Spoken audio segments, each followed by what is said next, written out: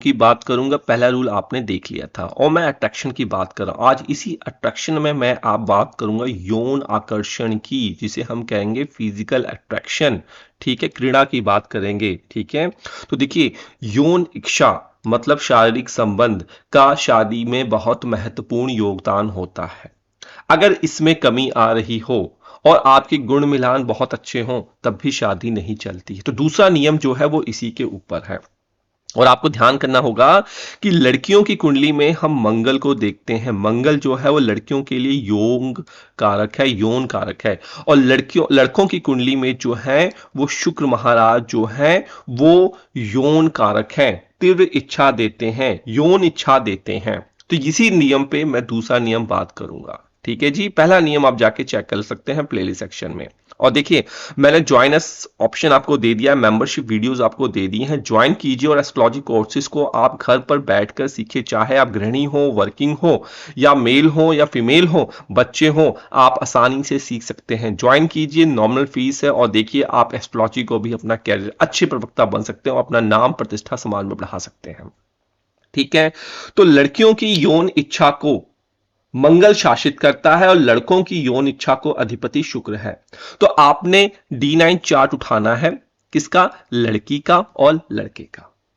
ठीक है, लड़की की कुंडली का मंगल लड़के के शुक्र के साथ, ठीक है, लड़की की कुंडली का मंगल लड़के के शुक्र के साथ अगर युत है, संबंध बना रहा है।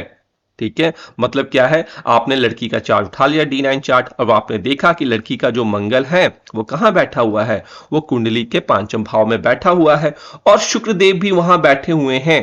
तो यो एक अच्छी यौन क्रीड़ा देगा, ये एक अच्छी यौन क्रीड़ा देगा।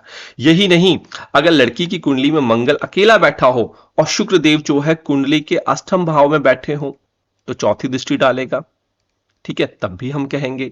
या फिर शुक्र कुंडली के कहां बैठा हो, 11वें घर पर बैठा हो और मंगल 7वीं दृष्टि डालता हो D9 चार्ट में, या फिर शुक्र कुंडली के 12वें घर पर बैठा हो और मंगल 8वीं दृष्टि डालता हो, तब भी यह एक स्ट्रॉन्ग अट्रैक्शन देता है। लड़की की कुंडली का मंगल लड़के के शुक्र के साथ युत या दृष्ट होना चाहिए ही चाहिए। दूसरा नियम यह कहता है किसी ना किसी प्रकार से। ठीक है, और सेम इसी प्रकार से लड़के के शुक्र को लड़की के मंगल के साथ युद्ध व दृष्टि होना चाहिए। तो ठीक है, हमारे पास दो चार्ट हो गए। एक चार्ट हो गया हमारे पास लड़के का और दूसरा चार्ट हो गया हमारे पास लड़की का। तो दोनों के चार्ट में कहीं ना कहीं एक कॉम्बिनेशन होना चाहिए। मंगल और शुक्र जो है वो आपस में देखते रहने चाहिए।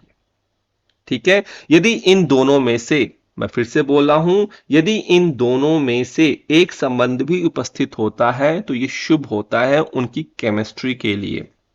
तो this is called chemistry bonding. ये केमिस्ट्री बॉन्डिंग होता है जो कि बहुत इंपॉर्टेंट होता है, इसके बिना आप आगे नहीं सो सकते हैं। और इस युति और दृष्टि की नमांश व कुंडली में पुनरावृत्ति या D1 में भी पुनरावृत्ति हो रही है तो ये अत्यधिक शुभ होता है। तो इसीलिए मैंने यहां पे D9 चार्ट में कहा है। अगर D1 चार्ट में है ये अच्छी बात है, लेकिन अगर D9 चार्ट में है तो ये 100% आपकी केमिस्ट्री को बढ़ा देगा। 100% आपकी केमिस्ट्री को बढ़ा देगा अगर शुक्र और मंगल का कॉम्बिनेशन आपका बनता है। ठीक है, एक दूसरे के चार्ट में। यही नहीं, सिर्फ इतना नहीं, इसको ऐसे नहीं देख सकते, एक और तरीके से देख सकते हैं। आपने क्या करना है, लड़की का चार्ट उठा लेना है। ठीक है, और लड़के का जो चार्ट होगा उसको सामने सामने आपने रख देना है। ठीक है, ये भी कोई नहीं बताता, ये नियम मैं आपको बता रहा हूं क्या करना है आपने। ठीक है, अब लड़की की चार्ट में आपने देख लिया कि मंगल जो है उनका चौथे घर पर बैठा हुआ है। ठीक है, लड़के के चार्ट में मंगल जो है, शुक्र जो है वो चौथे घर पे बैठा हुआ है। ठीक है, चौथे घर पे मान लीजिए, या फिर मंगल मान लीजिए कुंडली के 10वें घर पर बैठा हुआ हो, या फिर कुंडली के लग्न में पहले घर पर बैठा हो तो 7वीं दृष्टि, चौथी दृष्टि डाल देगा। अब इस चार्ट को उठाकर लड़की के चार्ट पे रख दीजिए। तो लड़की के चार्ट पे रखेंगे तो चार्ट ओवरराइट हो जाएगा, एक दूसरे के ऊपर ओवरलैप हो जाएगा, एक के ऊपर एक चार्ट। तो एक के ऊपर एक चार्ट है, लड़की के चौथे भाव पे मंगल है और लड़के के चौथे भाव पे शुक्र है, तो ये एक दूसरे पे क्या हो गए, ओवरलैप हो गए, आ गए। ये तो एक साथ भी कहेंगे, ये भी एक कॉम्बिनेशन बन गया। ठीक है, अगर लड़के का शुक्र यहां पे ना हो, अगर शुक्र यहां पे पहले घर पे हो, तब भी जब ओवरलैप करेंगे तो शुक्र यहां पे आ जाएगा, तो तब भी देखेगा। ठीक है, या फिर पहले घर पे ना हो, 7वें घर पे 10वें घर पे हो तो 7वीं दृष्टि डालेगा। ठीक है ना। तो ये सारे कॉम्बिनेशन के थ्रू आप प्रिडिक्शन कर सकते हैं। ठीक है, दिस इज द वे कि आप एक परस्पर आकर्षण निकाल सकते हैं। तो ये नियम नंबर 2 था। ठीक है, शुक्र और मंगल का इस तरीके से आप कैलकुलेशन कर सकते हैं। ठीक है, इजाजत दीजिए, नमस्कार।